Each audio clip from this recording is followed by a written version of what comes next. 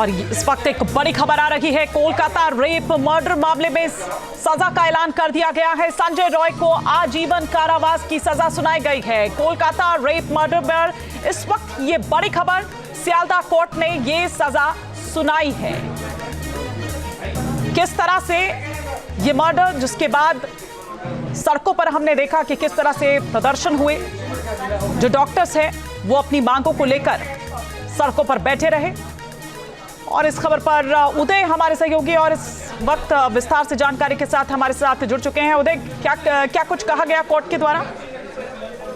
Court के द्वारा जो अभी ऑर्डर पास किया गया, उसके तहत जो आरोपी है संजय राय, उसे आजीवन कारावास की सजा सुनाई गई है।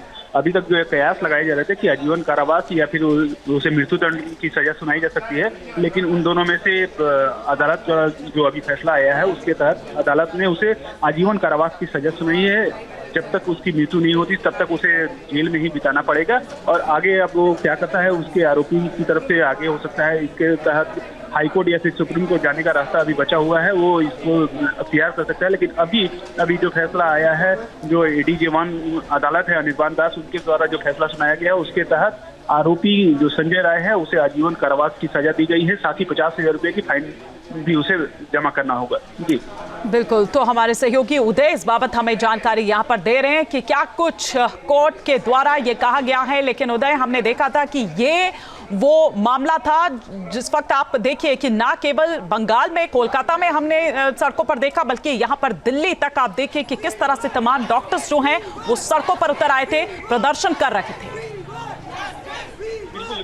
ये मामला हाई प्रोफाइल मामला हुआ। जिस तरह से ये घटना घटित हुई थी, घृणित घटना जब सामने आई थी 9 अगस्त को, उसके बाद से ही न केवल बंगाल बल्कि देश भर में इसको लेकर के लगातार विरोध प्रदर्शन किया गया था।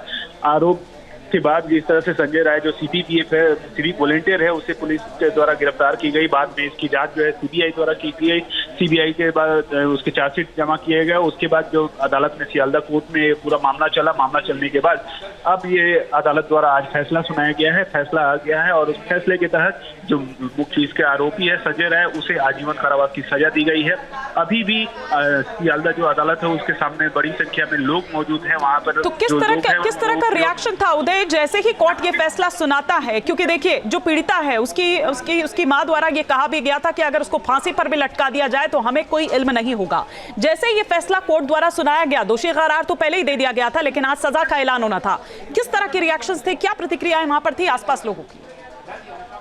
जी देखिए, जैसे ही सुबह में ही जब संजय राय को अदालत में लाया गया तो उस समय से वो लगातार यही बात कह रहा था कि मैं निर्दोष हूं, मैं इस मामले में किसी तरह से शामिल नहीं हूं, मुझे फंसाया गया है। जिस तरह से उसके बाद ये अदालत द्वारा फैसला किया गया, उसके बाद जो अदालत है, अदालत के सामने में लोगों में कोई न कोई उत्साह तो है ही, लेकिन वो लोग का डिमांड अभी भी ये है कि जो मामला है, इस मामले में कई और लोगों की संलिप्तता है और जो लोग भी इसमें शामिल हैं उन्हें भी सजा दी जानी चाहिए।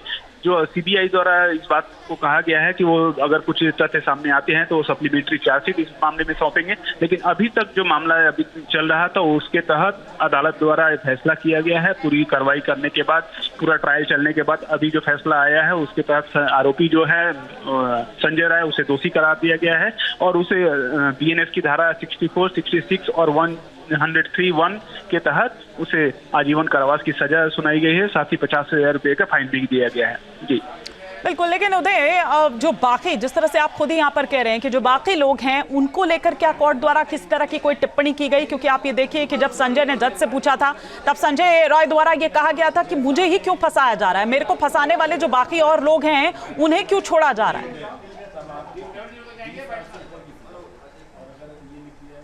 তাকে সাজা হয়েছে যাবজ্জীবন এবং তাকে খুনের জন্য তার সাজা হয়েছে যাবজ্জীবন এবং রেপ করার সময় তাকে যে